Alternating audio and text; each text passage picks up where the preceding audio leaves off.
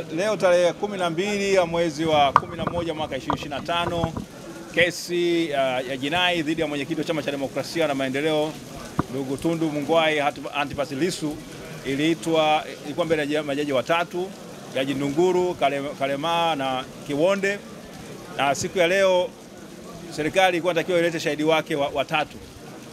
Shahidi huyo inaonekana kwamba ni shahidi wa kificho ambaye yuko katika ulinzi. Mara tu baada ya huyo serikali kusema kwamba au jamhuri kusema inataka huyo shahidi atoe ushahidi wake katika kizimba, mwenyekiti wa chama chetu Tundu Antipas Lissu aliwasilisha pingamizi akipinga kwamba huyo shahidi na mashahidi wote wale ambao wanadaiwa kwamba wamepata kinga ya mahakama wasiweze kuonekana, kwamba hana sifa hiyo, hajawahi kupata kinga hiyo ya mahakama, kwa sababu ile amri ya Jaji Mtembwa haikutoa zuio kwamba au haikutoa kinga kwamba huyo mtu afichwe katika kizimba maalum. Katika maombi yao serikali ambao waliwasilisha tarehe 14 ya mwezi wa 7 mwaka 2025, wao waliomba kwamba majina yao na utambulisho wao ndio ambao ufichwe, lakini sio kwamba wafichwe katika kizimba maalum ambacho kimejengwa. Na sheria iko wazi, ile kanuni ambazo zimetungwa mwaka huu mwezi wa 7 zinasema kwamba inabidi mtu anayetaka kutoa ushahidi kwa kificho, hicho kizimba chake maalum lazima kiwe sawa, kinamwonyesha kama asionekane kwa upande wa watu ambao wako mahakamani, lakini aonekane kwa jaji na au hakimu ambaye anasikiliza kesi. Sasa kizimba ambacho kimejengwa hapa mahakamani, hata majaji hawezi kumuona huyo shahidi. Kwa hiyo ni kwamba inakuwa ni mtu hata una uhakika nini kinaendelea. Msingi mkubwa wa jaji kumuona shahidi au mtu anayetoa ushahidi kwa kificho ni kwamba wao waweze kujua ni nani na waweze kuhakikisha kwamba jeje anavokaa pale mahakamani kuaminika kwake kunakuwa kukoje.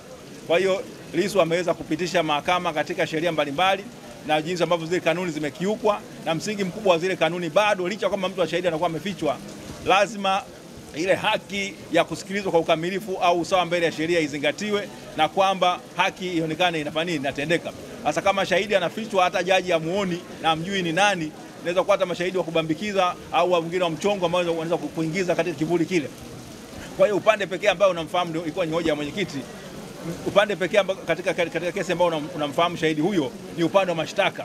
Jaji amfahamu na mshtakiwa hata mfahamu. Kwa hiyo ikawa ni hizo hoja, na amepitisha mahakama katika hoja mbalimbali za kuonyesha jinsi gani kwamba Katiba ya Jamhuri ya Muungano wa Tanzania ilikuwa imesiginwa, ibara ya 13 ibara ndogo ya 6A na ibara ya 107 A kubwa ibara ndogo ya 2, ambayo zote zinakazania kwamba msingi wa kusikizwa kwa ukamilifu. Na akazungumzia vile vile kwamba hata hii sheria basi, hii sheria ambayo inadaiwa kwamba ndiyo ambayo inatoa haki ya kificho ambayo ilitungwa mwaka 2018, sheria hiyo haijawahi kuchapishwa katika gazeti maalum la serikali. Katika gazeti la serikali likitangaza kwamba sheria inaanza kufanya kazi lini, hatari yake ni nini.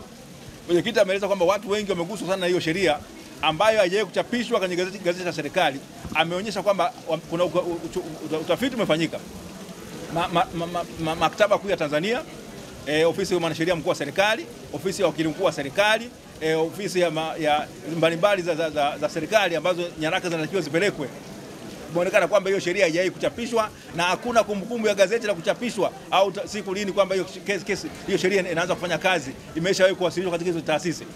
Ukienda kule Maktaba Kuu utapata, ukienda katika ofisi ya mwanasheria mkuu wa serikali hautapata, ukija hapa Mahakama Kuu ya Tanzania hapa Dar es Salaam hapa hautaipata hiyo sheria, hilo gazeti. Mwisho wa siku ni kwamba hii sheria ambayo imekuwa inatumika kinyume cha sheria inavyoagiza, kwamba lazima sheria yenyewe itangaze lini itaanza kufanya kazi, au basi ionekane kwamba kuna sheria nyingine itaitangazia kwamba inatakiwa kufanya kazi na iwe imewasilishwa bungeni.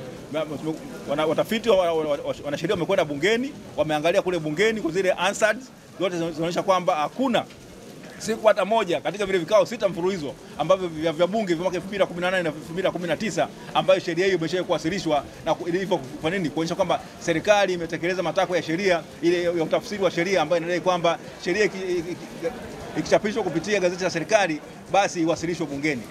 Hicho hakijafanyika.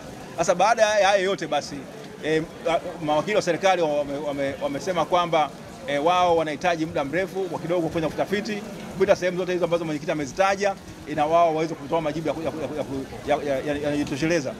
Sasa kutokana na hivyo basi mahakama imesema kwamba imekubaliana na hoja ya serikali kwamba inahitaji muda wa kuweza kuwapatia muda mrefu kidogo wao kufanya utafiti huo, lakini kikao hiki cha kesi leo ndio siku yake ya mwisho.